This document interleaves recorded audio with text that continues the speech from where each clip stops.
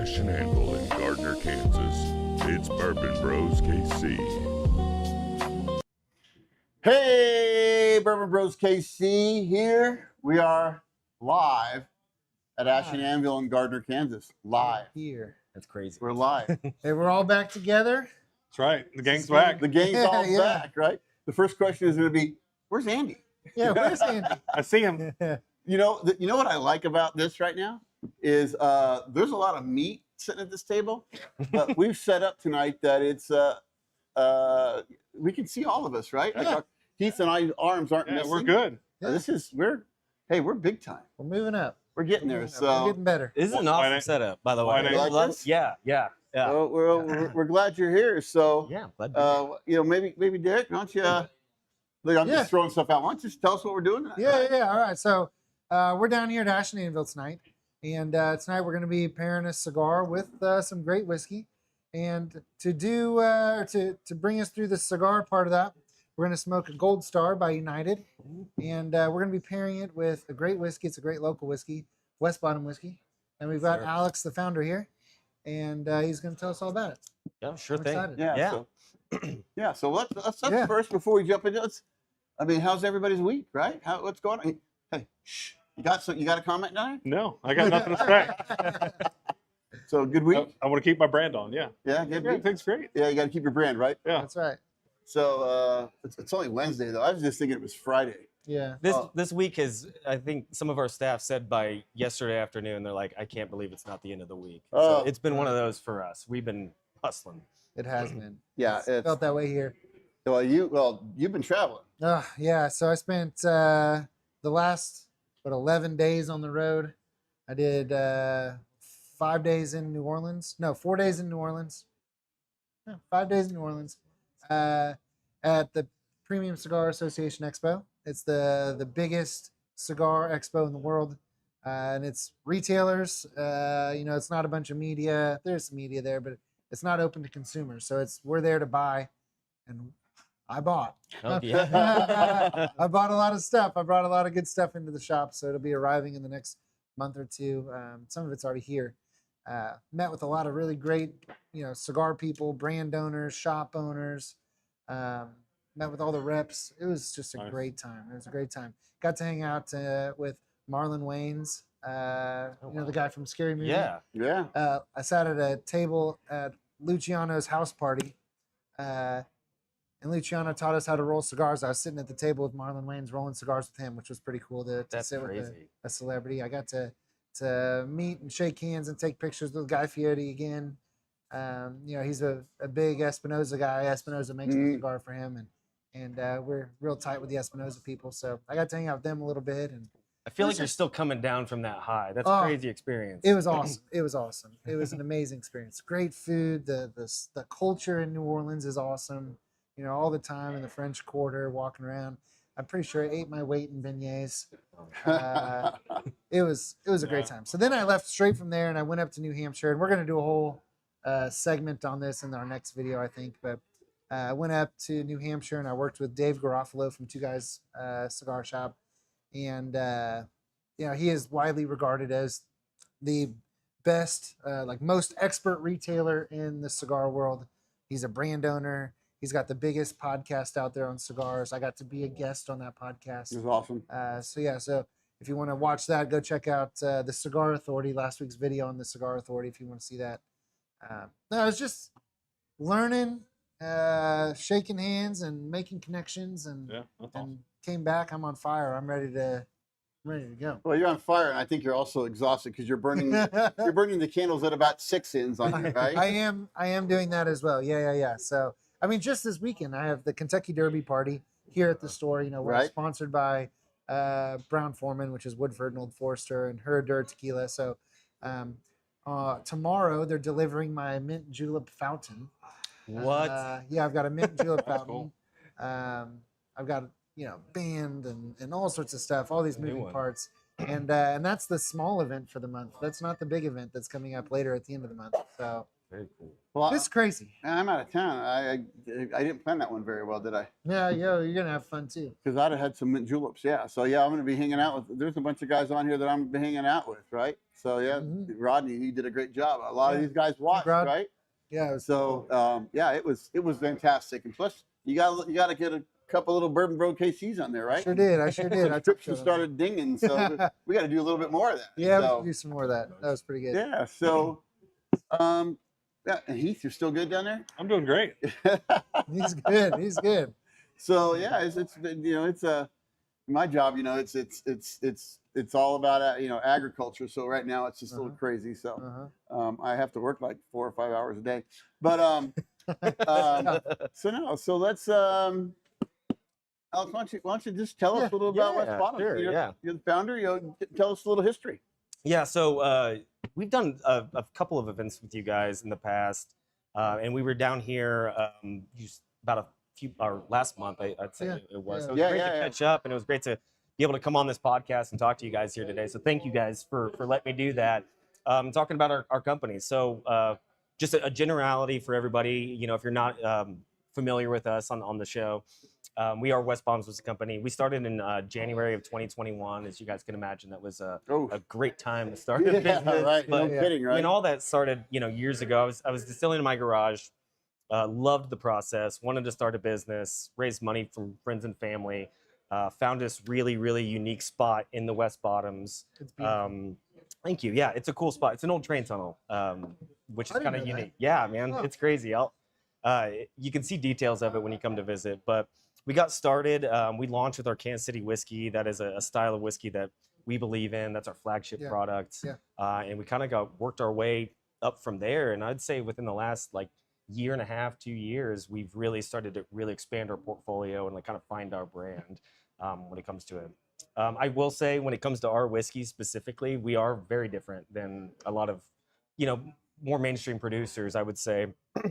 We focus a lot on industrial era whiskeys, and that's what we call them. And those are like blends. It's how the people in the 1880s and through the 1920s were essentially rectifying whiskeys, blending whiskeys, changing the profiles. And I think it's an talked about, underrepresented era of American whiskey history, but we embrace it.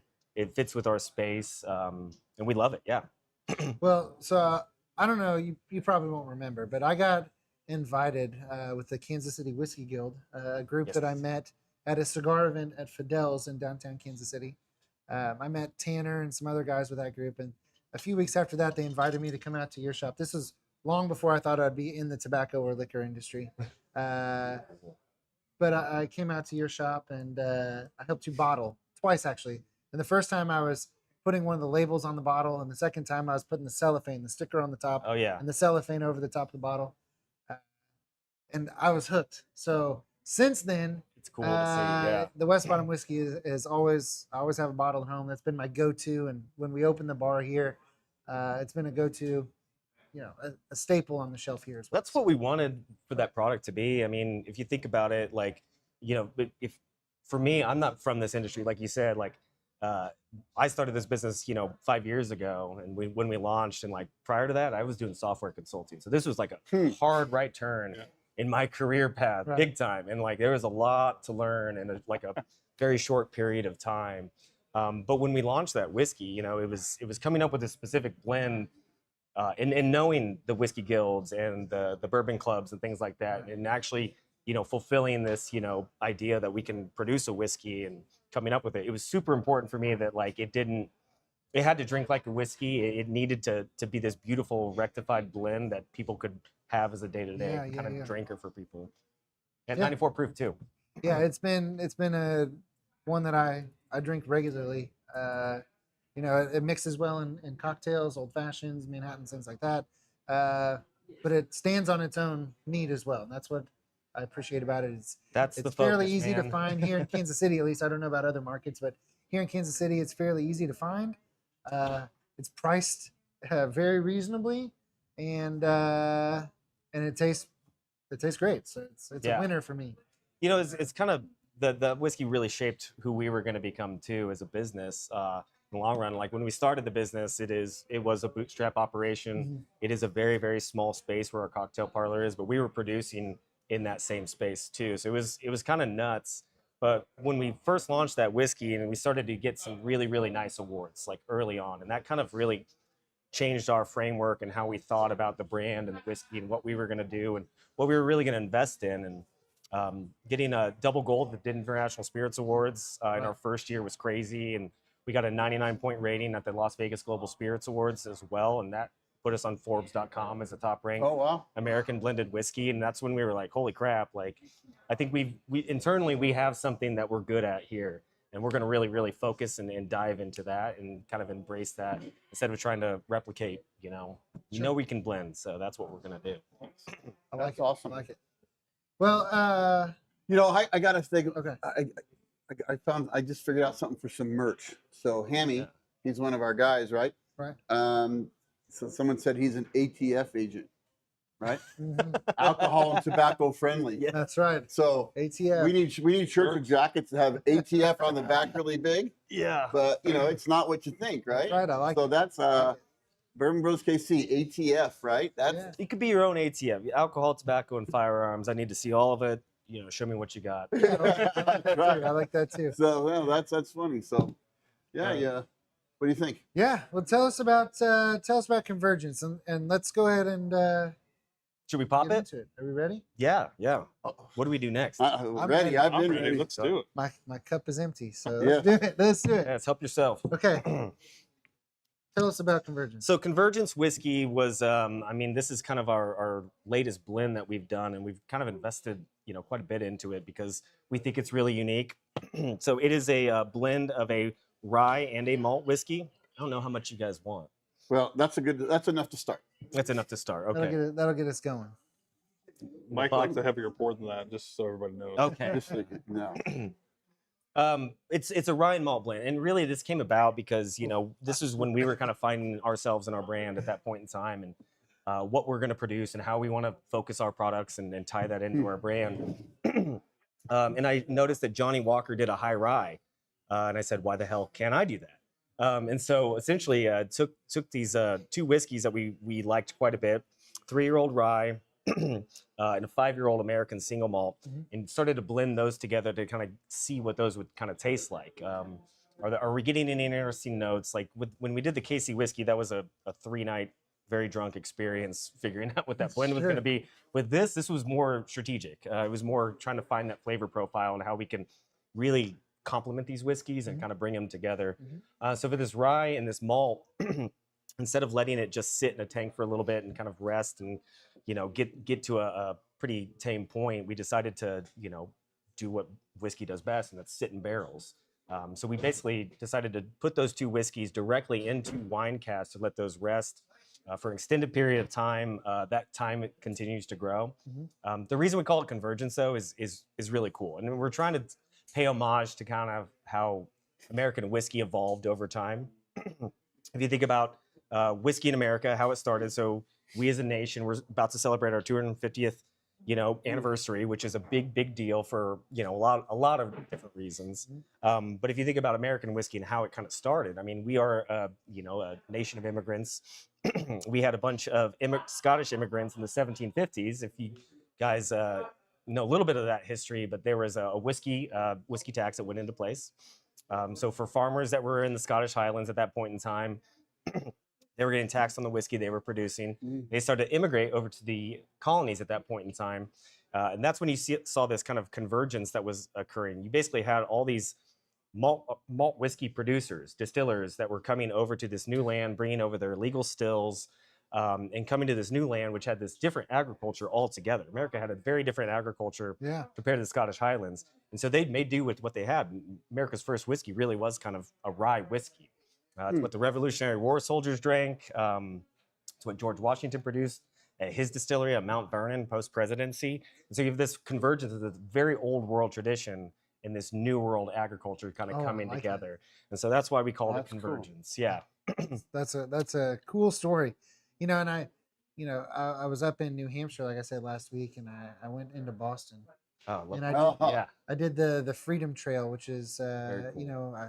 John Adams' grave and Paul Revere's grave site, and I got to see all these historic sites and historic buildings throughout Boston that led. I mean, the Battle of Bunker Hill. I walked up the hill That's crazy. to the memorial. That's cool. And so coming back and then seeing like, okay, this is kind of that, really it was at the heart of, of society at that time. Yeah. The Green Dragon pub and all these places that they were going into, they were drinking something similar to this probably. Yeah, And, you would hope, yeah. yeah. And it's cool. What's different about this one too? So our Convergence, it's part of our standard lineup.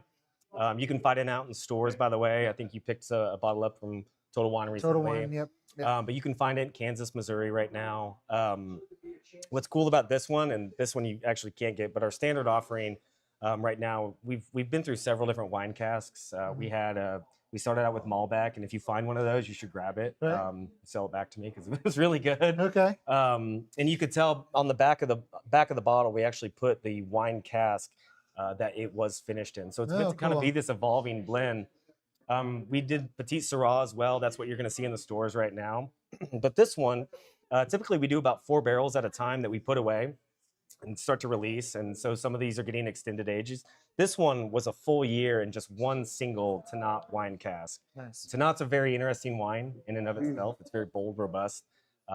It's used a lot of times as a blending agent with red wine blends. And so we thought that was really, really interesting to kind of put together. I don't think I've ever even heard of, what did you call it?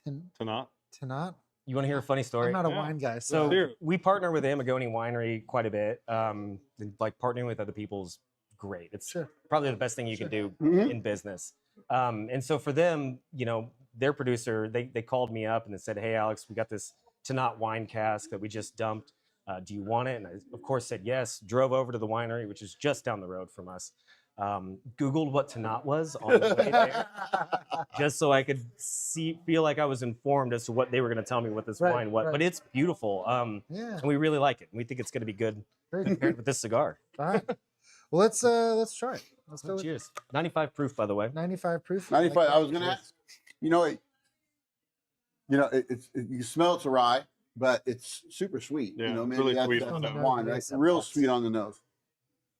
But you can pick up a rye, but because I'm turning into a rye guy anyway, right? So Oh, good. I tend to Come be a over to rye the dark guy. side. yeah, and it's I wasn't at first, but I'm definitely as we go to this future as we're moving forward. Of course, we're drinking a lot more.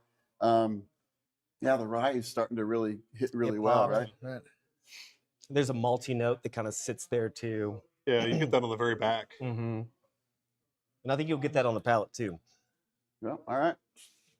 Salute. Oh, Nope, you're good. Salute. I jumped Cheers. again. It's okay. Yeah, it's good. It's a really good straight across the palate. Like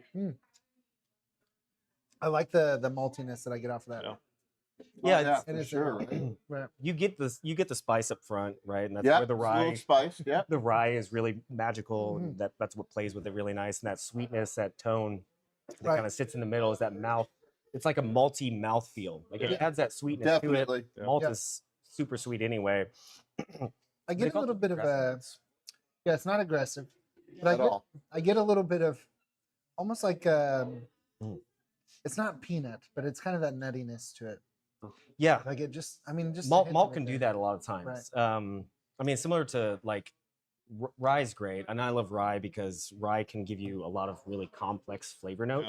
Yeah. Mhm. Baking spice is kind of the easiest thing to Yeah. say, if Sure. you're trying to come up with adjectives to describe it. But I mean, I've gotten spearmint, I've gotten I get a little- apricot, I've gotten Yeah, green you say that apple for sure. from rye. Definitely a spearmint. Because like with the rye too. The rye I get like a eucalyptus, right? So I always Oh, get yeah. the top of my palate is Yeah. always kind of fresh. So I get that, So, but it's a little spearminty on the top of my palate Yeah, but nothing's overpowering. It's at all. really and it's good got nice. balanced. Right. It's got a nice finish.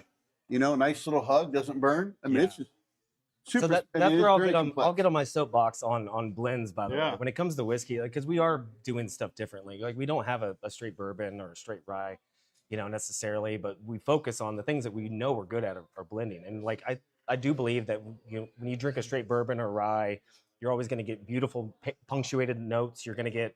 You should taste what the grain is. You should taste what the distillate is, what the cuts were, right? What the proof is.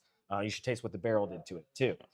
With blends, you get to take those complexities and put them together And I think when you drink a blended whiskey, more oftentimes than not, you're presented with more of a bouquet of flavor. Like you're getting a story, you're getting beginning, middle, and end when you drink a blended whiskey. Yeah. Oh, there's no doubt about that. I mean, it's just you're getting and so that it creates a nice complexity too, right? You're getting a lot of Good that. sipping whiskey. Yeah, and it's there's Ken. Look at that, Ken from Canada. So Ken. hey, look, we're reaching out all the way to Montreal, Canada. Oh, nice. So Not been to Montreal. go Habs. But yeah, this. I mean, you know what? It's still warm on the back. It's got a great finish. Yeah. Right. I do. Yeah, it's very approachable, and I don't love a lot of finished wine or finished whiskeys, bourbons, but I mean this is very approachable. Like you wouldn't know it unless if someone handed me this and said, "Hey, drink this and tell me if it's finished." I don't know if I could say like pick up that it's super like it's been sitting in a wine barrel for you. Right. And finishes are tricky too. Yeah. I will say that, you know, that's been my experience with, and we've done a lot of finished whiskeys in the past. I would say, you know, when it comes to wine cast finishes, I would, you know, like 6 months is kind of that peak time. Right. Depending on how dry the barrel is too, Yeah, when you get sure. it and you have to rehydrate it. 6 months is good, but the cool thing with this is the longer we started with our Malbec, and that was only finished for 3 months, and that was enough good flavor notes that we could take away from it. It's amazing. That we were encouraged by it, and then all of these are getting longer. So like as this whiskey evolves and we continue to put it away, like it's just gonna get cooler. Yeah. I, It's unique for sure. I gotta go find a Malbec now. Yeah, yeah.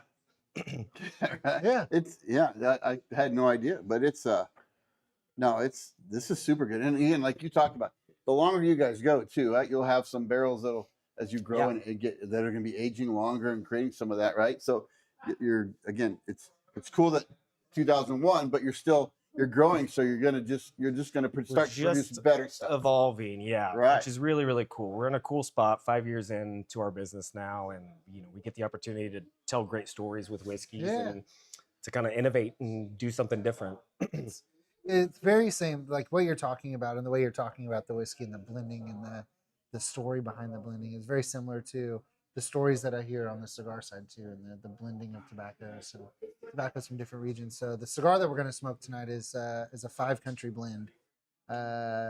So it's got tobaccos from all over the place with different growing regions, and each one of those is imparting a different thing, like the cask, like the wine cask, and like Right. the different components here. Yes, So I poured too lightly. Someone tried to cut me short, so we gotta. See, I told you he likes heavy pours down there. Oh, yeah, right. Oh, I don't know about that. Heath likes giving heavy pours. This is cool. This is a great bottle. I love the wax dip. Yeah. That's always super cool, right? You know what's really cool? I'm gonna brag on our label designer. He's actually my neighbor, and he was a finalist. I believe it. Hopefully I say it right, but the AAGI, basically awards, designer awards. Yeah. So he submitted that. He was a finalist for that, which we were really, really proud. I don't know if anybody on this will correct you, so I think it's all good. Another ATF. Another guy's like, I am a representative from this organization. That was funny. So yeah, this is really good. This is good. Thank you. Yeah. You like it a lot, right? So yeah, this is one that this could be an everyday pour, I've had this. Yeah, this could be an everyday pour. without a doubt. I've had this before. I think I even had it before last month when you brought it in, but I had it then during that bottle share event. Oh yeah. Oh yeah, this is wonderful. It's complex in all the best ways, and when you blend and you get that proof right, it just becomes this great sipping experience. And that night that you brought that bottle in, there were $500, $600, $700 bottles out there. Oh yeah. Unobtainium bottles that nobody can find. I love those nights. It was so cool, trying all these different things. But one of the ones that really stood out was this bottle. And I was able to go today and just pick it up on the shelf at the local liquor store. Yeah. It's available. It's out there. You don't have to chase it. You should though. You should chase it. Go get it. Oh, without a doubt. But, I like it a lot. But it's one that you can find. So where is this bottle in liquor stores? Kansas and Missouri, pretty much across both states right now. You should be able to find it. If you don't, ask them to carry it. Yeah. Our distributor in Kansas is Handcrafted. Our distributor in Missouri is Pinnacle. I'm gonna plug that. So if you don't see it, that's kind of where we are as a business too. Like, if people want to associate us with something, right? Like there's the locality of it, but we are trying to grow. And like for us and what we're producing, we are a lot closer to a high West or a compass box than a lot of other producers. Nice. What about online? You can buy online if you go to our website, westbombswhiskey.co. By the way, you can. There's a place that you can buy online. Ships most states in the United States, so you can buy it there too, Hey guys, including that one. Yeah. So there again, that night you came, we had a bottle share, had a bunch of guys flying, Yeah. and there's a few of them on here too, right? So they Cool. again, we had quite a few bottles there, here. We had tables. I brought a lot. Yeah, we had it out here. I mean, there was a lot. So if you guys didn't get to try this, you should try it. Go find it. Huh? Go find it. Yeah, go find it. It's go find it. Yeah, go buy from your liquor store. It's well worth it out for there, yeah. sure. Absolutely. Yeah. So, Right. well, you wanna get into a cigar? Cut this cigar up. I'm dying to smoke a cigar. So, yeah. So we're gonna smoke the Gold Star from United Cigars. Oh, perfect. And this is a newer cigar. We actually were the launch store. We were the store in the country that launched this for the brand, which is kind of cool. It is an Ecuadorian Habano 2000 wrapper. It's got a Sumatran binder and then a filler from it's Connecticut broadleaf filler, and then there's a Criollo 98 and a Corojo 99. So good tobaccos. Good tobaccos. You show Oh, yeah. I'm looking at the wrong spot. So here's the box of it too. I should move now that you. Oh yeah, check out the box. Come down and buy a box. Yeah, I've got them here. Again, this is a special cigar for us here at the shop because we were the ones that launched it, which is just a cool thing. This is made in the Davidoff factory. I don't know if I'm allowed to say that or not. Well, you just I just did. Good thing nobody's watching. So The viewer out there will know now. Come on. Our one viewer. Our will viewer. know. Yeah. No, it's made by a good company. It's blended by a great blender. It's quality tobacco. Yeah. So yeah, I'm excited to smoke it. Yeah, that Kim wants to know if we can get them in Montreal. You think they're in Canada? I don't know. Depends. I'm not sure. Depends on if Canada wants to smoke good cigars or not. Canadian tobacco laws are weird, so everything's plain packaging. This band, I think in Canada, they still have the band. And Ken, you can correct me if I'm wrong. I think they still have their original band underneath, but they put a plain, I think it's a brown band on top with just Put a maple leaf on top. Yeah, a maple leaf. But everything has to be plain packaging there. Well, they don't put a maple leaf if it's in Montreal, right? Or Quebec, it's got to be something French, right? It's got to be something in French. Yeah. But yeah, so I was up smoking cigars with a group out of Holland, I think is where they were from, last week, and they have plain package laws in Europe too, so they wouldn't see this band, but they actually pull the old band off and they put just the plain band on. Oh, really? Only. Like the boxes they're plain boxes. Really, you can't even see a brand? Mm-mm. How come? It's a great question. Maybe we need to fly there as Bourbon Bros and ask them. We need to go have a talk with them. That's right. Yeah. So, before we light it, it's the body of the cigar has a faint, sort of like a sweet, almost floral smell to it. I get off of it. I love when cigars smell this way. When it's got that sort of spicy, floral. I don't really know how to describe it. Earthiness. Yeah. When I was young, I used to go in my grandma's basement. That's what this smells like? Grandma's basement? It does have a nice sweetness to it. Library. It's really subtle. Well, then I think that's what excites me about it. Yeah. Take a cold draw on it, and before you light it, taste it. And on that, it's like being in a barn full of hay. I was gonna say it's hay. Right. It's definitely hay. Like like that. Been throwing hay bales all day. Square bales and Right. And it's definitely that. Yeah, I don't get a lot of like the stone fruit that sometimes I get, the cherry or the pear or the apricot that I sometimes get on the cold draw. It's just it's a bale of hay. We're gonna smoke a bale of hay. I love it. Well, now we've been told we're using a specific lighter tonight, right? Look at this lighter I got. the America 5000. the lightsaber. It's got a name. I forgot what the name was, but this is a Rocky Patel lighter. Oh, okay. And they released these at the show. And look at that thing. That thing is massive. Looks like it shoots fireworks. And it's heavy. It almost does. Oh, wow. It's got 5 burners. Damn. so I can light all of your guys' cigar. Right Only here. then, yeah. So okay, I'll pass this down. I'll let you guys light first, and I'll talk. I'll jump on. The- Oh yeah. It feels good in the hand. The way that That's what she said. the way you light the cigar is you want to toast it. You want to keep the temperature low. There's sugars naturally in the tobacco, and so you want to treat it more like a marshmallow. You don't want to scorch it. Oof. You want to keep that temperature low. You want to slowly caramelize those Wow. sugars. Mm-hmm. You're gonna get a good experience. What do you think down there? It's alfalfa. I'm just kidding. Alfalfa. Which is sweet, right? Yeah, I mean, yeah. The sweeter, better. It's Rabbi good. Moses. Nothing says America like a 5-flame Yeah, that's cord. right. That's right. That's right. Ken, we'll hold some for you here in locker number 5. We got you, buddy. Pat's out there. Pat, we're in your corner. We're in your corner. That's smooth. Wow, It is smooth. that's really smooth. That's good. That was just my first puff, but right on that first puff, I retrohaled back through the nose, and little hint of spice, sort of like the Yeah. little toasty bread kind of note to it.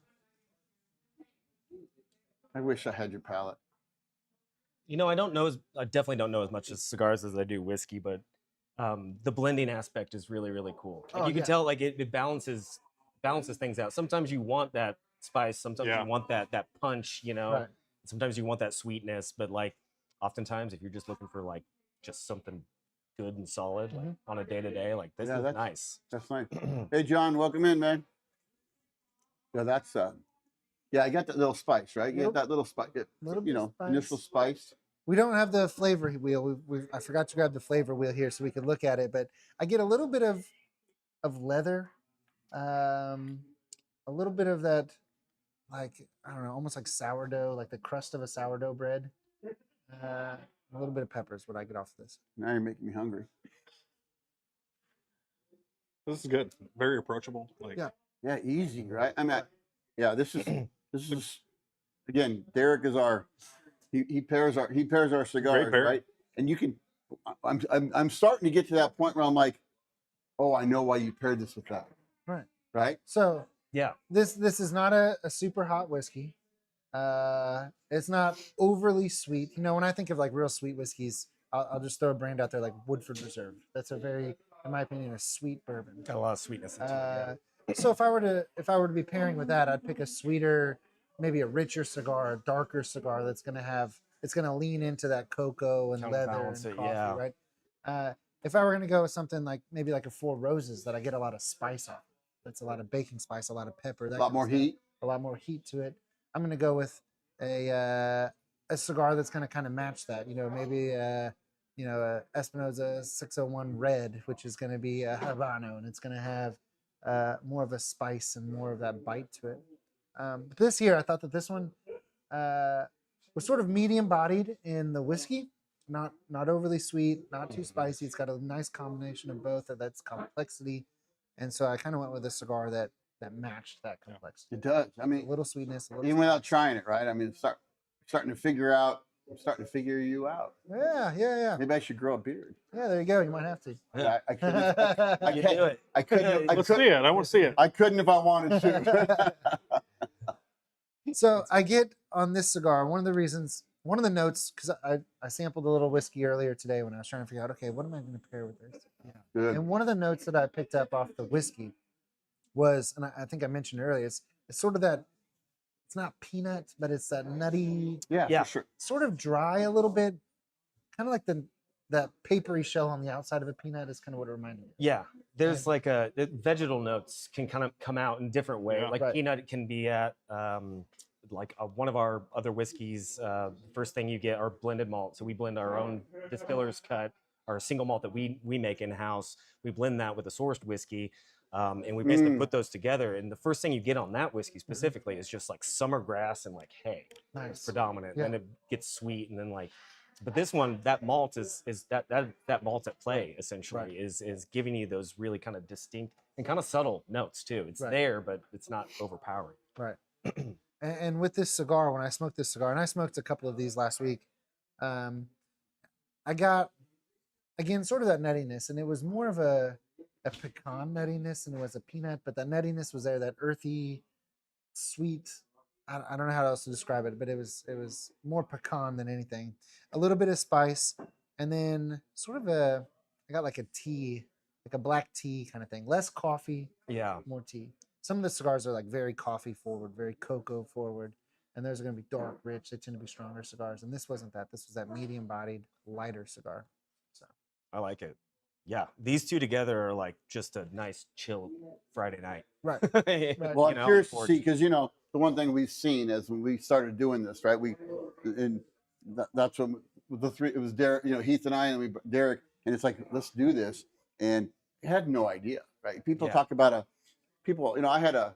I had a bottle of a Magnus cigar blend, right? Oh, yeah. I got it. It was a couple Yeah. years ago. I got it, and I'll be honest with you, I tried it, and it was okay, just as a pour, right? Yeah, It was yeah. okay, but it was like, Well, then I tried it with a cigar, and it absolutely changed it. Changed it. Changed Right. the profile, changed everything, and it's like, oh, I start to get that now, right? Yeah. So that's what we've been doing here, and it's unbelievable what it does. So I'm curious to see what it's going to do yeah. to this pour too, Yeah. right? So Yeah. I mean, Let's it's try it. definitely Right. interesting.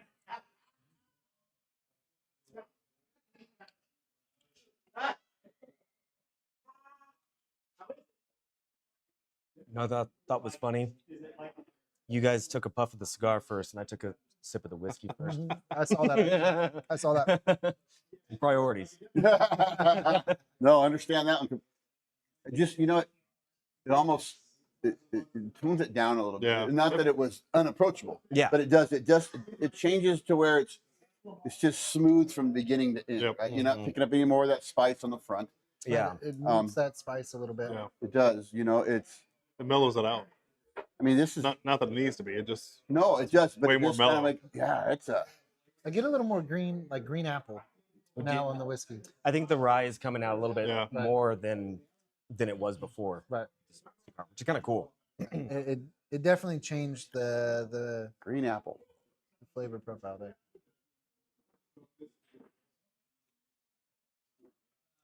And I think it maybe made this cigar just a little bit spicier. Like there's Yeah. at least on the retro, it picked up in spice. Well, maybe it's one of those pairings where, All that. because they are like equally similar. Like Right. this is a complex blend. That is a complex blend of a cigar. Like when you put them together, you get to highlight notes Mm. from one or the other Right. more. Like Yeah. maybe some of the notes are coming out stronger because you're blending something similar. Yeah, it's changing that palette, right? Right. That's cool. That's a good. No, I do get that. It's like the skin of an apple. Yeah. I get It's that. that little bit of tart. Yeah, I get that. Yeah. It's very good. Wow, good. that's super good. Yeah, that's definitely good. Yeah. I'm the guy that usually talks, and now I'm like speechless. take note, viewer. Take note. This is the one and only chance. Viewer, I like how you said viewer. You- Take note. Yeah. Okay, so tell us about. We have another bottle here. What's this bottle here?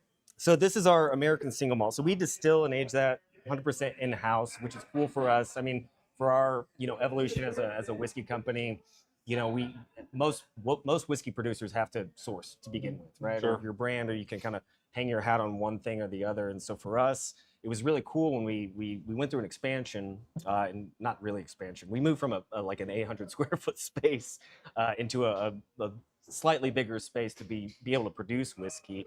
At that point in time, that's when we bought a 211 gallon still. It's an all copper Olympic pot still. It was hand hammered in Portugal. We had that shipped over in the middle of COVID, which was nuts. But we finally got it, and we decided, at that point in time, I was like, well, we're gonna make a whiskey. I was like, there's a ton of bourbons out there.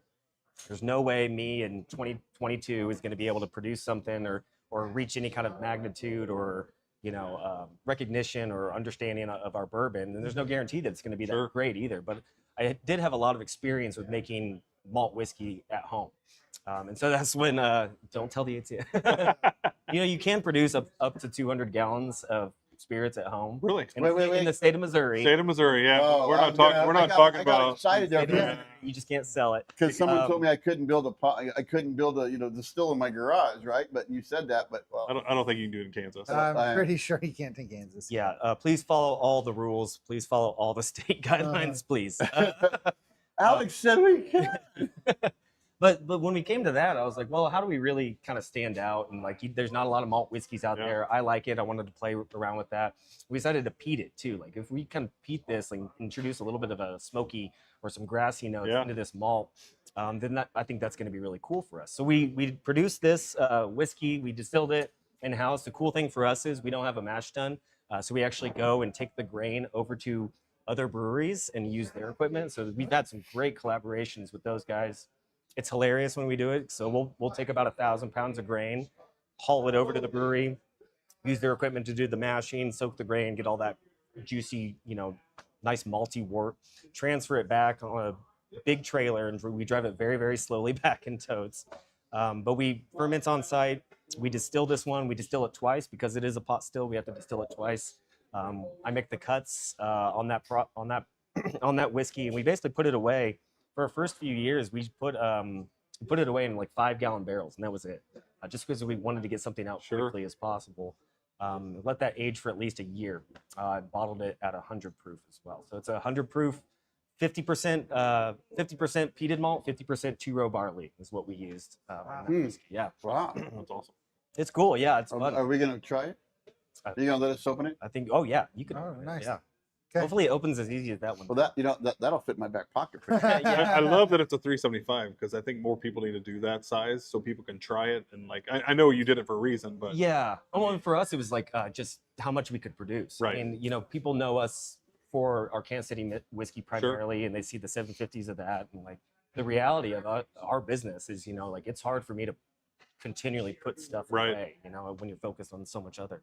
but I think that's So it great is because special, yeah. you get that size of bottle, everybody can get a try versus Yeah. getting a 750. So I think that's awesome. Yeah. Plus, you can get into a Chiefs game. Yeah, Yeah, it's true. I love these flask bottles, by the way. They're great. you Yeah, get all yeah. kinds of stuff in your purse pocket wherever you want. No, because my purse is a clear bag. Well, then your prison pocket. Yeah, prison pocket. That's right. Oh, Fits right in. hey, you should That's go new back. for You should me. go I back haven't and heard get that quiet. one. Yeah. That's a new one for me. So yeah, well, this glass is almost empty, right? So maybe Yeah. you So you have at least one other product that I've seen on the shelf, and I haven't tried it yet, but it's a maple finished. Maple cast finished rye, yeah. So we're trying to do this annually now. We did a release. We did this. Oh man, probably like 3 or 4 years ago. When we were launching different whiskeys, we knew finished whiskeys were a fun way to kind of tell a story and change a profile of a whiskey altogether. And when we started it years ago, I noticed that my daughter at the time wanted this like sparkly unicorn syrup Yeah. from Run Amok up in Vermont. Yeah. They make their own grade A maple syrup up there. So I got on site, ordered her sparkly syrup, but also saw that they had basically barrel finished maple syrup. And I was Sure, like, that's yeah. interesting. And so from my perspective, I'm like, what are they doing with the barrels? Right. Like, are they reusing them? Do they have them? Reached out to them, and they said, hey, we've got these bourbon barrels that we're holding this maple syrup. We also have these Whistle Pig 10-year rye barrels that we're holding this maple syrup. And I was like, give me 4 of those. Yeah. Yeah, for So sure. we had those Right. shipped down, put rye in that, let that sit for at least 6 months, depending on the finishing. And we did that, several years ago, and like it was by far our most requested whiskey Really? to have back, and we brought it back Maybe you just get it this without past messing with that. October, November, and we're hoping to get another one out this year as well. Yeah, so I hadn't seen that one on the shelf yet, and I hadn't tried it yet, but I did see it today when I went to pick up the bottle of Convergence. There's a few out there still. Yeah, There's yeah, a few yeah. out there. Yeah, So- we can still find them. The cool thing is we put a little neck hanger on it too. We actually cut up the original Whistle Pig 10-year rye barrel staves. It was a very dry barrel, by the way. Yeah. It was old, but we cut those up and put those as neck hangers. So if you see them on the shelf, grab one. It's pretty good. barrel stage. That's a cool idea. It is. When does that come out? The maple barrel? We're shooting for October, November. right before Thanksgiving, really. Because Is that going to be a release or just like the distillery? it's not going to be distillery owned Okay, cool. only. We do those. We hope that people follow us so you can kind of see it and get access to that. But the maple cast finish rye, there will be an allocated amount that kind of goes out. That's based on how much we're able to kind of put away. Right, sure. I'll be looking for that. That Make sounds sure to give us a amazing. call. I will. Yeah. Yeah. Little insight, right? I mean, we can take it on a pour on a on a live, right? And, Well, this is totally different on the nose. This is going to be really different. Yeah. This is going to be really different. It wow. smells amazing. oh my goodness, it's It's sweet. It's so sweet. super sweet. Yeah. Wow. Oh yeah. You know, we have a guy who in our kind of the group of the guys you met. In fact, he was here that night. Yeah. He doesn't like to usually put syrup on his pancakes, right? Sometimes he'll grab a wrong bottle and put something on there. So I'll call out. This is JD. You're gonna have to get some of this for your pancakes. This is This is really great. good. You get that smoke on the back. Oh yeah. This is great. Oh, you've already tried it? Yeah. Oh, you beat us all to the punch? Yeah. All right. Catch up. Come on, catch up. up.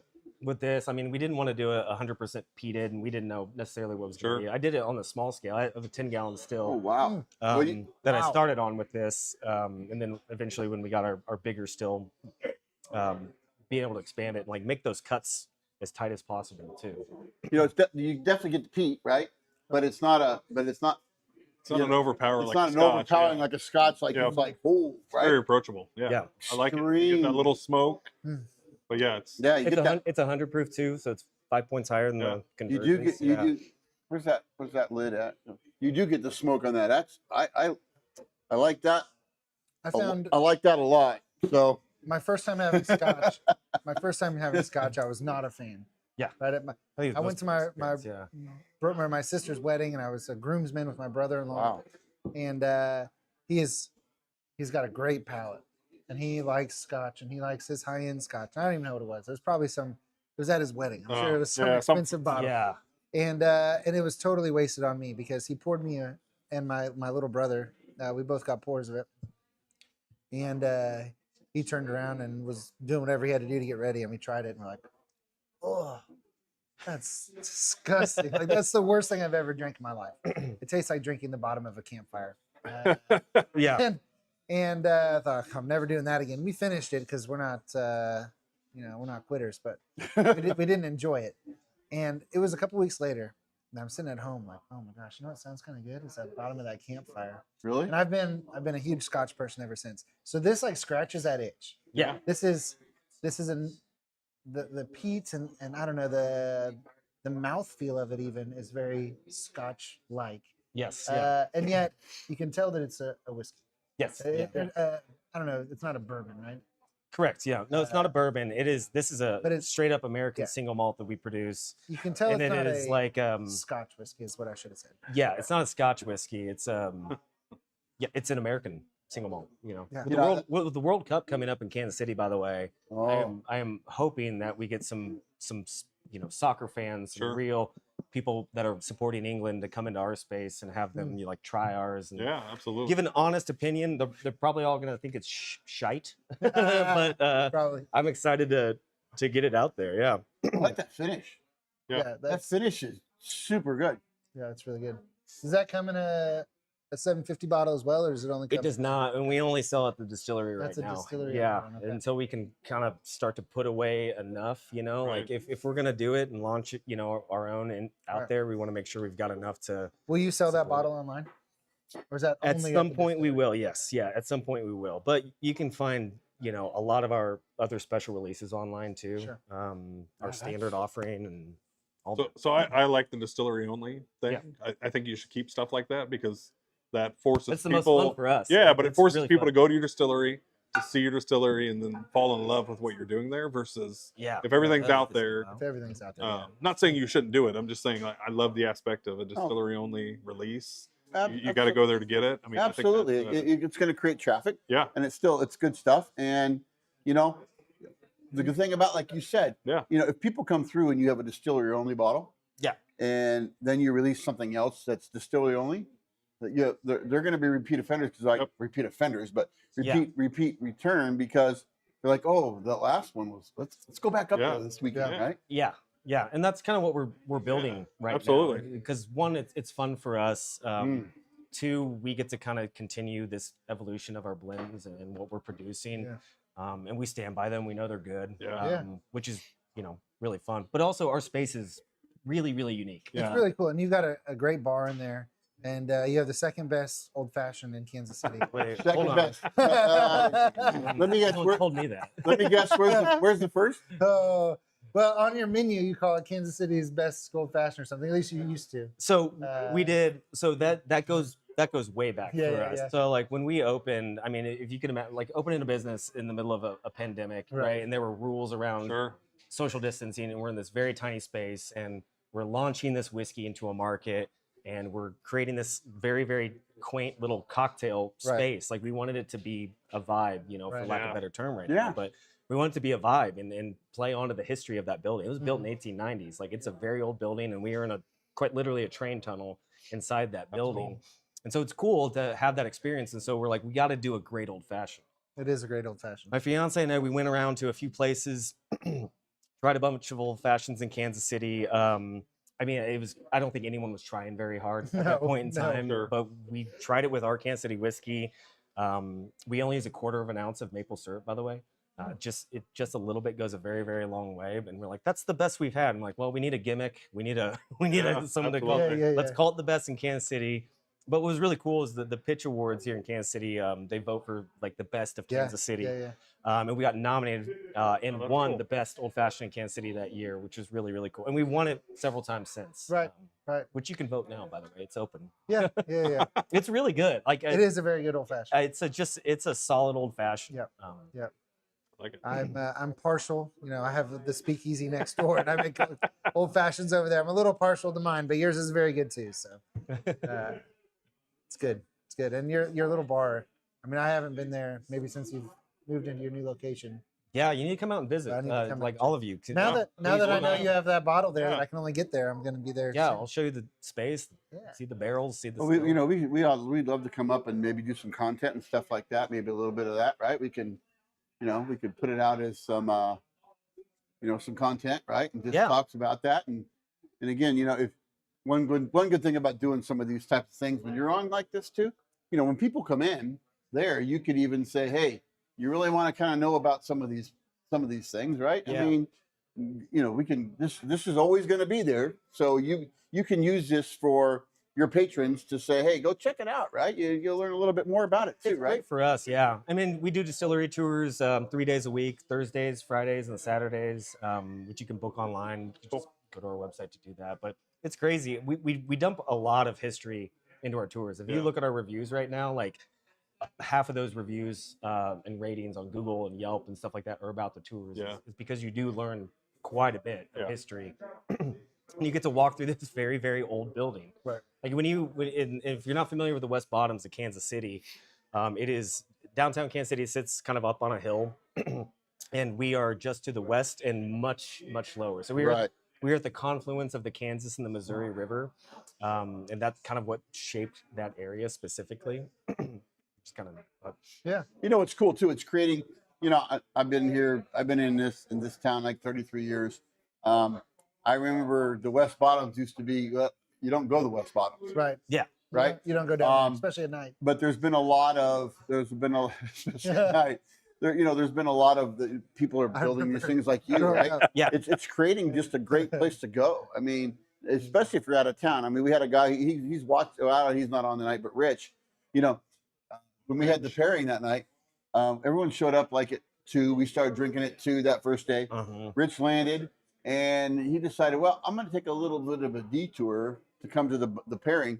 And he showed up like 9 o'clock at night, right? Because he was like, oh, I found this and I found this. So, creating those type of environments now and taking a part of the town that was just basically run down and nothing. And now it's just a great place to go. I'm a big proponent of reusing spaces that are already there. And for Kansas City specifically, like, the architecture that is down there, like you cannot find really anywhere else in the city because it is so old and untouched right now. And it's about to go through this very, very big resurgence. And we're excited about it. We keep finding new stories, Yeah. that That's awesome. built businesses and people operating down there over the years, and it's cool. It's rich. I would say Yeah. it's got a Yeah. lot of rich history. Right. And if you know anything of history too, right? Back in, they used to run all the cattle through there. It's right down that area, right? I mean, this was the country's. It was a hot spot in the country because all the cattle would run through there. It was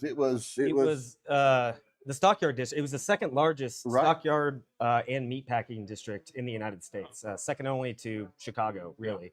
And so, like, if you think of historically, if I can go on a little rant here, Yeah, Go for it. Let's if go. you think about the West Bottoms and when it was developed, right? Like, and specifically where Kansas City is, confluence of the Kansas and the Missouri River, right there.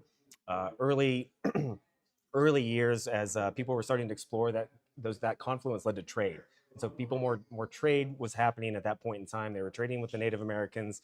They were shipping these products down to St. Louis and then east. And ultimately, in the 1870s, like post-Civil War, there's a couple things going on. 600,000 people died in the Civil War, which is a lot. But that also left a lot of very unchecked cattle and Sure. pig Oh, herds, right. Sure. essentially. And like if you think about that, that's a lot. That's a surplus Yeah. essentially that's going on. And so you started to see these people out west that were starting to drive their cattle north to what was then just recently completed transcontinental railroad. So you had both coasts connected by rail at that point in time. And Kansas City became this massive hub of getting your stock, getting your livestock onto a train, getting it sold, Yeah. and getting it moved out east, basically. Which is kind of neat. Yeah, very cool. A lot of history. A lot of history down Yeah. there. A lot of history. So I do have one question. Are we going to open something else, or I just need to grab another pour of something? You can open the Kansas City if you want, or help yourself to this is the good stuff. Yeah, right? I'm just asking, right? Because my glass is kind I of. think you want to stick with the Kansas City. We'll take the Convergence. Yeah, we'll take the I Convergence. don't know what you're talking. I don't know what. So Ken was asking, how's that pairing? This cigar paired totally. I think it was a totally different pairing with the single malt. Yeah. To me, it brought out on the cigar. It brought out a lot more of the spice. Yep. And it made, and I was already smoking the cigar when we sampled the whiskey, so I don't know about that, but it totally changed the flavor of the cigar, and it brought out a lot more of the spice. It brought out a lot more of the almost like drier notes, if that makes sense. More Yeah. of a drier mouthfeel. Yeah. Sure. In the cigar, which was kind of I think you get a lot more of the smoky flavor on the. I mean, I know we're smoking a cigar, but still, you get a lot more smoke on the back end than you did the first drink. As you smoke a cigar, you get more of that on the back. Yeah, and I like it a lot. I mean, Yeah. again, like I said, the peat. that's that Convergence down here. The peat. I saw what he did. He put it Yeah. way over there. I'm trying. The peat wasn't overwhelming. It was good. It gave you that little, but Yeah. on the back end, you got that smokiness and a good finish. And again, like I'll use your word. Heath, very approachable, right? So Yeah. this is again, like I said, it's your stuff is very everyday pours, right? Yeah. There's stuff that you're not going to pour every day because it's 160 Right. proof or 140 proof, right? Yeah. But there's something if you just want to sit back and relax and these are great. These are just great. Yeah. I'm going to sit back. I think that's what we're getting good at. Yeah. Yeah, and it just I'm going to have a couple pours of it, and it's easy. I mean, Mhm. I got to buy a second bottle because I'm about finished my first. Yeah. So that's what this is to me. Yeah. And our business is like, we are still like, if you think about it, like we're in it for the long haul. Sure. So 5 years in, like we are in our infancy. Yep. Like we do want to put stuff away. And we are trying to put stuff away for a very, very long time. Right. So we can do those, crazy limited Yeah. releases, the hazmats and Sure. stuff like that. And we'll get there at some point, Yeah. but what we do now is, I think, really, really nice when Yeah. it comes to that kind of experience you're talking about, right? Like I just want to sit and sip on something for a Well, little let me while. ask you a more technical question about distilling in Kansas. So, when you go to Scotch and you're looking at Scotch bottles on the shelf, and you're looking at 12-year Scotch is a pretty young Scotch, and you're looking at 18 and 20-year and Right. 24-year and 30-year Scotches. You go to Kentucky, and you're looking at 10-year, 12-year, 16 years of Yeah. pretty old whiskey from Kentucky. When you get down into Texas, when you get down into Texas, Send to the end. Go light on that, will you? Alex?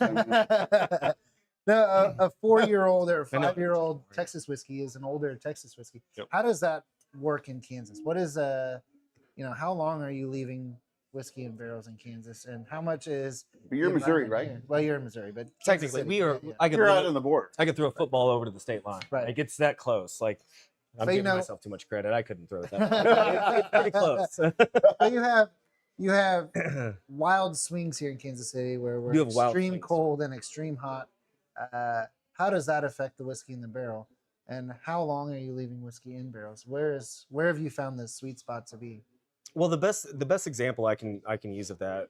So when we source whiskey, we'll get them aged already, and we want to create beautiful things with those source whiskeys. But the best example of that comes from one, a finished whiskey. That's an easy way to see what several seasons has done to a barrel. But this one, our single malt, is that one really kind of expresses it. So 5-gallon barrel, and there's a number of factors that go into the aging, right? So a Scotch is primarily going to be in reused barrels. Sometimes some producers rechar those barrels and get that color, but that's why a 12-year-old will still seem like a lot lighter than a 4-year-old bourbon in America. And that char impacts things in a lot of different ways, and how deep the char is impacts the wood. But it's really when it comes to aging whiskeys, and I love this example. When you're aging whiskeys, a lot of people think that you just throw your distillate, your clear spirit, into a barrel, and then you wait a long time and magically it tastes good. That's true. That part is true, but there's also something a lot more going on inside that barrel. Like these barrels, like this is a barrel stave here from one of our barrels, and what that whiskey's doing is it's sitting there in that barrel. And that barrel is expanding, contract. It's a natural. Yeah. That's a natural Sure. product. It's not a tank that's sitting there and static. As it's going through like the summer months, that wood is starting to expand, and that expansion is allowing that liquid to get further and further into the wood. And as it gets cooler overnight, and when it gets cold in the wintertime, its contraction is happening, and it's pulling vanillins, caramels, oaky notes directly out of that wood to kind of enhance that flavor in a lot of ways. And when it comes to the Midwest specifically, those temperature changes are crazy. And so for a 5-gallon new charred oak barrel holding a peated American single malt, that thing went nuts. Right. The evaporation was crazy, especially in small barrels. They breathe just so much quicker. Yeah. They cycle through so much more. But that allowed us to make a really beautiful whiskey that's just a year old. But nothing beats age. I could say that just generally when it comes to whiskey, nothing beats age. So hey, Derek, grab that steak. So Alex, you told us about this thing. Yeah. When you said, so tell me. So Derek, you weren't standing here, but again, that's cool. I love that. I love that. That is very cool. But you said something about on the backside, some things you do. Oh yeah. So one thing I will point out, our state, Yeah, you like can you can see actually see the soak line, the red line, how far into the wood the whiskey actually got. Oh, we'll move Oh, the sorry. barrel. So there You it can is. actually see how far into the wood the whiskey actually got, and that's how far deep a penetration it can get. With these though, I brought these for these guys here to hopefully use, and maybe you can start smoking your old fashioned. I don't know. Yeah, there we go. But Yeah, these check this out. days we smoke our old fashions in our parlor down in the West Bottoms. We throw a little bitters on it just to smoke the glass itself, which is kind of nice. How do you do that? Well, you got a torch and a glass. Wow. We have a torch. So we'll put a few dashes of bitters on it. And if you're thinking about smoking kits are awesome, Yeah. right? Like it's a great way to have fun at home with your cocktails, and if you go out to do it too. We do it a little bit differently. We're reusing what we have naturally, Sure. and that is all these barrel staves. So what we did with our old fashioned initially is, let's sprinkle a few bitters onto the actual barrel stave itself. Use a torch, like a chef torch or creme brulee torch it under the glass and let it kind of capture that. That's a little bit different from a smoking standpoint, because when you're burning bitters, you're burning off that actual liquid. It's creating more of a fog in the glass than it is just a smoke. Right. And So you'll that's- burn it and put the glass on top of it, Nice. and then pour your old fashioned in Put your- after it. Mhm. So we have outside in our courtyard behind us, we have the second largest pecan tree in the state of Kansas. Really? Yeah, it's huge. It's Good massive. God, It's behind it my is stage big. back there. We had the state arborist come in here drinking one night, and I was like, "You got to check out my tree!" And he got all excited, and he got his tape measure out, and he got his. And so he emailed me a couple days later, like, "It's officially the second largest Wow. in the state." Dude, that's cool. I missed it by 4 inches. Mhm. That's what she said. Man, insert Mike's been here the whole line. But, so when we first opened, I had all these branches that I picked up outside. It's pecan tree, and I used my saw and I cut up the chips. I cut up the branches into little pieces, and that's what we use to smoke our old fashions. Cool. We smoke our I old love that. fashions in an old cigar box. Oh, I And, love that. That's cool. And we use I love it. pecan wood That from the fits. tree. So, From your tree. well, initially we did. I started running out of branches. I don't. They Cut don't the fall, tree down. They don't fall out of the tree fast enough to keep me supplied. So I'm using These last storms, you might have got Yeah. some branches I've down, got- right? yeah. Sadder version of the Giving Tree book we all grew up with. That's kind of cool. Like you But said, this is a cool idea. Yeah, that's neat. We That's neat. all of I our haven't old tried it. fashions down that we make, we smoke them. Yeah, they're That's good. awesome. Nice. Yeah. that's awesome. Yeah. I'm gonna have to try that. So that's a Yeah, good that's idea. well, he's leaving this year, so Yeah, we'll give it a that's, try. and that's Yeah. cool. So maybe maybe it's a little specialty drink, right, for Yeah, a Bourbon Bros night or something, right? Yeah. So definitely. that is super cool. So Yeah, and then you can see how far the penetration. You know, It that's is kind of cool. that's almost a half inch into how thick is that board? Just shy of an Probably inch, an inch, yeah. probably. Inch and a half, Yeah. maybe, or inch and a And, quarter. in a certain so spot. you think that's a half an inch? Okay. We're measuring. No, but it's That's great. my I mean, wife. that's a cool thing. I mean, our 53-gallon barrels, they're gonna do that. They're Yeah, gonna yeah, do yeah. their thing. But the smaller barrels, they're gonna definitely age a lot faster. Like those guys are soaked, Yeah. and they're like by this time, it's around this time every year where we start to see little drips coming out of those barrels. Yeah. Yeah. Right now, we've been reusing our barrels. A lot of people ask a lot of times, can you reuse the barrels? And the answer is yes. It's kind of a law of diminishing returns when it comes to that. Sometimes, like what may have taken a year may take a year and a half or 2 years to get kind of the same effect. And char has an effect on that as well. Nice. Mhm. How many barrels are you currently sitting on? I mean, are you Oh, good distilling question. number wise? Are you distilling a whole bunch and planning for the future for future growth? Or are you kind of where are you at? And, I'm counting in my head right now. We're about to put away a decent amount right now. We've got, I'd say, 12 maybe 15 53-gallon barrels right now. Wow. We reused all of our single malt barrels. So I bought a lot. Early on, I was Yeah. like, I'm going to distill. I'm going to put all this away so we can finally get a product out that we Right. distilled ourselves. So then we were left with all these really, really small barrels. Yeah. What do we do with those? And that's about the time where, started working with other breweries to basically distill their beer. That's so And cool. that's Oh, cool. okay, So right. we're putting our still to work in a cool collaboration. We're about to do one. We're going to do one with Stockyard Brewery, Nice. but Vine Street Brewery up in Kansas City, Missouri, the historic 18th and Vine District, first black-owned brewery in the state. We've been doing some partnerships with them too, and we're about to finally release our kind of distilled. It's a distilled spirit specialty technically. You can't call it a whiskey. But we distilled it, we aged it, we took an Irish ale essentially and turned it Wow. into something really. It's going to be really, really tasty. It's cool when you distill a beer. By the way, like beer has hops in it, Yeah. and there's a lot that goes into that. But the distillate itself, when it comes off the still, it tastes more like a gin than it does anything Right. else. Huh. Just naturally, the florals are just there. But when you age it, it kind of mellows some of those floral notes, and it picked up a lot of the single malt as well. That peat. Wow. That's really neat. That's Have you awesome. gotten into distilling anything other than whiskey? Are you doing any gins or any vodkas? Not yet. or- Not yet. We won't do any gins. We won't do any vodkas. We actually did. If you guys look at our social media, we did a April Fool's Oh, post. yeah. Yeah, we're not going to do vodka or produce our own vodka or gin. And it's kind of true. And maybe we're stubborn for doing that. But like when we started the business, we're just going to do one thing really, really well. Right. And Like we're going to that. focus on that as much as we can in producing it. I think our future, and when it comes to our distillation itself, it's going to be a matter of us putting whiskeys away that we know that we can either release as single barrels Oh yeah, right. or release as blends, using our own ingredients to Right. blend with instead of sourcing. Right. And that's kind of the future that we're hoping to achieve. Bourbon Bros KC single barrel release.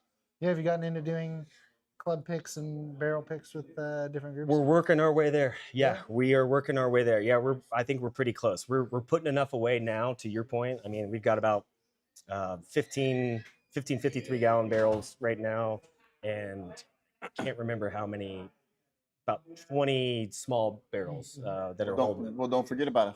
I won't forget yeah, about yeah, you. yeah, Yeah. So here's So- one thing. So what social medias are you on? And maybe our social media guru can post up some of your links here for you Yeah. have Facebook and Instagram. What are you on, right? We are on Instagram at West Bottoms Whiskey Co. Please follow. We're very active, by the way. We're pretty active. We're pretty responsive too. We're excited. I mean, 5 years in, we're still very, very passionate about what we do. And this industry is changing quite a bit. The whiskey industry, the spirits industry, it's all evolving very quickly. And I think what we're really proud of and how we're kind of coming to the table is just being authentic about what we're doing and differentiating that way. Instagram is great. Follow us on that. Facebook as well.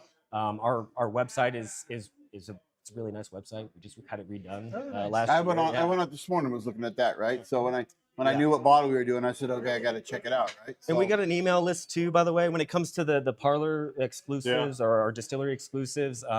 You know, we have a membership club. You know, for those that are in Kansas City, it's definitely worth it.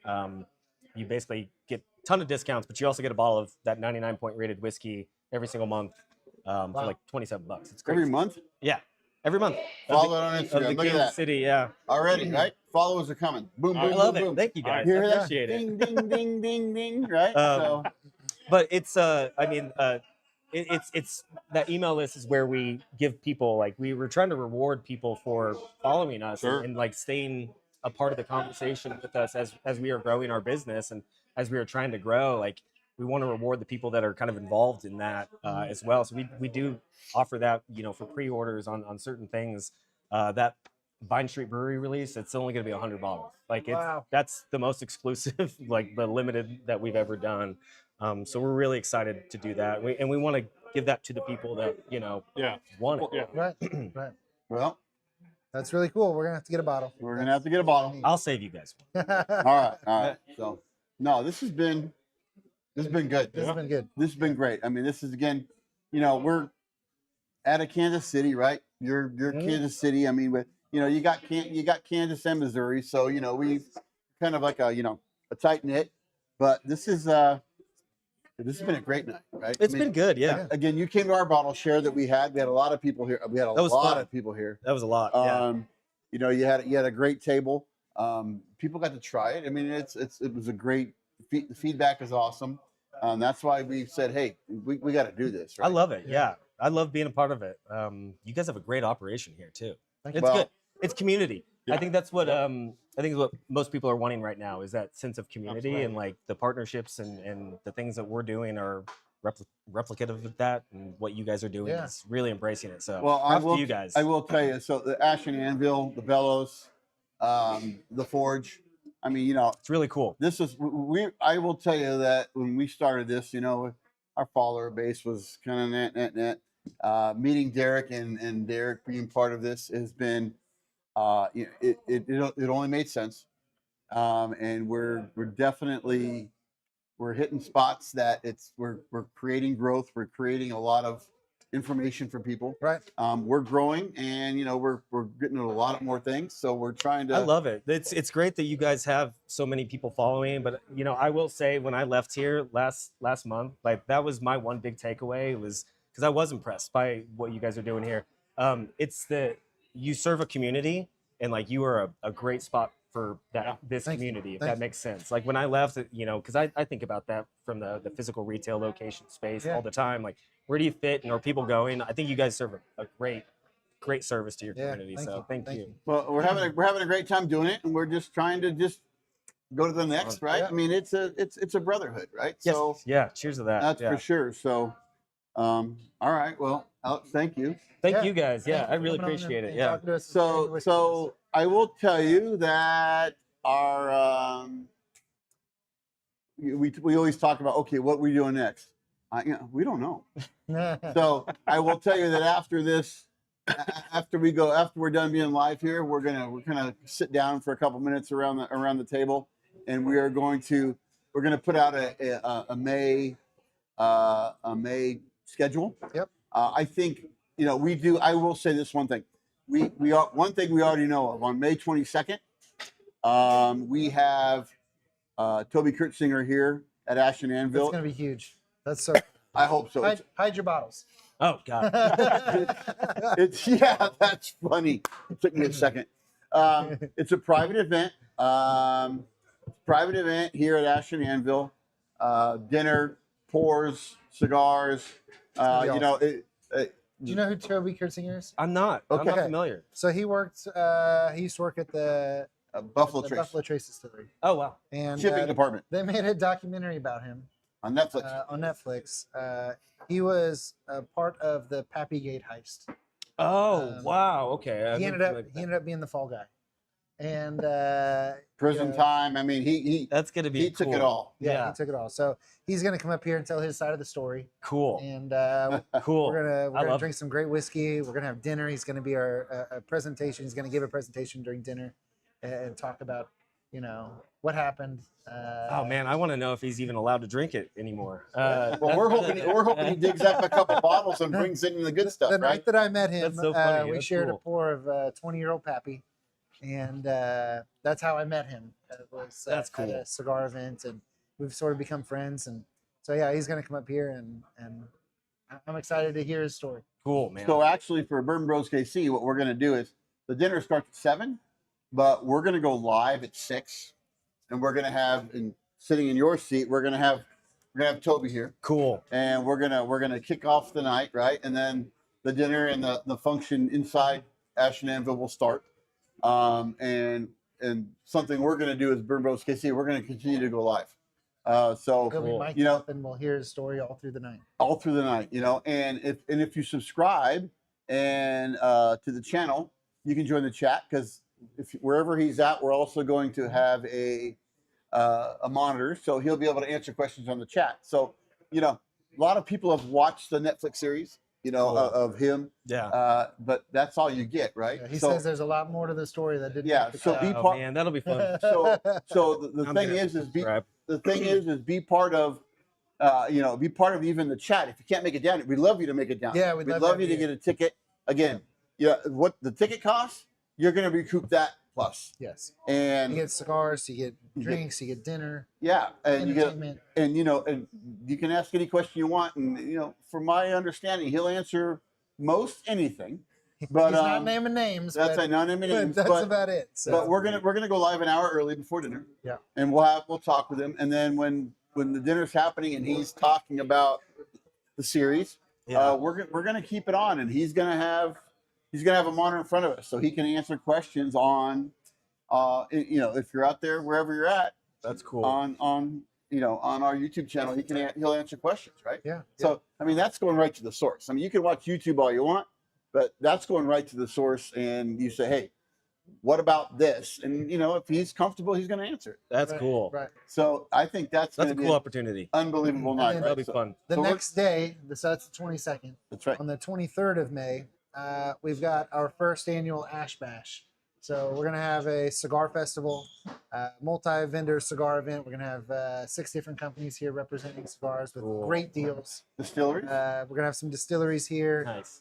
We've got live music all day long, and we have a armored combat group coming. Oh, I'm great. so excited. Do you know what armored combat is? It's, No. Oh, You mean like you- SWAT? it's UFC style fighting. Oh. In a cage. What? But they're wearing medieval suits of armor with battle axes, real axes, and real swords and shields. And Oh man, you they're guys gonna are be in there doing fighting. You guys are doing some fun events. yeah, so you got to cool. get That's here. cool. Come here on the 22nd for the dinner. Follow it up the next day because it's going to be an event you're not. Gonna well, miss. I may be talking out of turn, but maybe if we're going to have some vendors here for whiskey and bourbon, maybe, Yeah. maybe you two should talk, I right? gotta Yeah, talk to maybe my we should talk. fiance. She's the one that schedules it. Yeah, there you But go. that Yeah. might be an opportunity to be here and That'd be cool. have Yeah. some of these bottles out, right? These some guys wail on each other with. There's a chance. man. Wait, that's great. wait. I'll go. Derek said, "Hey, they put me in this helmet Yes, and they hit him as hard as they could over his head with like a sword." a real He- sword. Wait. And he said, "You know what he said? That was so cool." Yes, there's a chance that I'll be in the ring with them at some point. Nice. Oh, cool. I want to have the sword. Oh, I want the sword too. No, you get the helmet. I get the sword.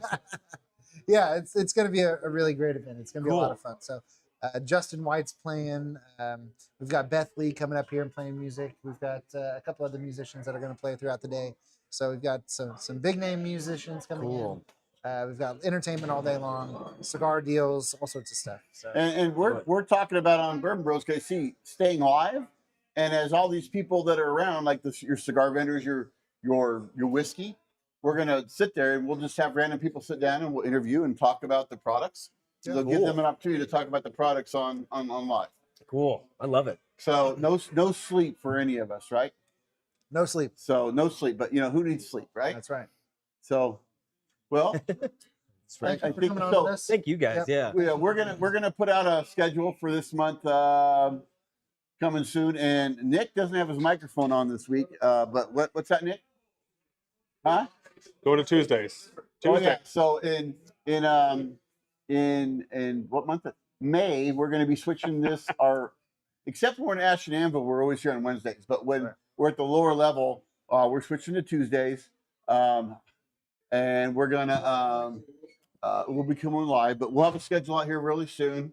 Yep. I think one thing that's important is, your experience. I mean, we lived through your experience of the last 11 days, but I think we should have that here, because I think what we should do is as we're sitting here, we should smoke some cigars, because my wife won't let us have cigars in the basement. But we should have that probably here, because we can smoke some of the cigars, talk about the cigars and your experience. Yeah. So we may be here twice this month. So yeah. Hey, you know what? Hey, We cheers. sure appreciate you. This Yeah. Thank you has guys. been awesome. Yeah, I appreciate it. Great- Yeah, great you guys product. are doing something really cool here. Yeah. I Great really, product. I love it. We're having a good time. We're growing, and we really appreciate you. So. Yeah, thank you guys. Yeah, and thank you guys for tuning in. Yeah, it's real. This is really cool. This is really unique, and that's a community that I think we all need right now. Yeah, So, absolutely. cheers to you guys. Thank you. Heath, you got any ending comments? No, I'm gonna save them for off camera. I don't know what I did wrong. I'll hear about it. We'll hear all about it. Derek, anything? Yeah. No, I'm excited. This is a great live. Yes. And, yeah, I feel like I learned a lot, and I'm excited to continue drinking. Yeah, this stuff. and growth for Kansas City distilleries, our local stuff. I mean, we love, we love this. This is what it's about. Yeah. Like, this is what it's about. I think KC, Missouri, and in Kansas. I know we are in Kansas. Just but say Missouri. I like Missouri better. Yeah, when I'm buying, I like Missouri better too. everyone's producing some really solid Yeah. stuff. Like, I think everyone, like, we are, like, it's getting known a little bit more. The Midwest is kind of standing out a little bit more in a lot of cool ways. So Yeah. definitely follow. If don't follow me, then follow someone else in the area. Yeah. Yeah, again, Good stuff. you got subscribe to our channel, Bourbon, if you're not already, Bourbon Bros KC. You got West Bottom Whiskey. Go follow their Instagram. See what they got. They got a program where you get a bottle a month, right? So That's true. Yeah. go check that out. I mean, I think I'm going to, and hopefully my wife isn't on here watching. But no, it's just a great time. We've had a great time. We want to thank everyone behind the scenes. Yep. The hard work that they do, and I will tell you that the cigar lounge looks like every chair is taken. From when we started, the 3 or 4 people here on a Wednesday night, this place is packed, right? Yep. So we got a good following and good Been there, people, man. good brotherhood. So, Yep. You guys, you good? We're good. You want to finish it up, Heath? No, go ahead.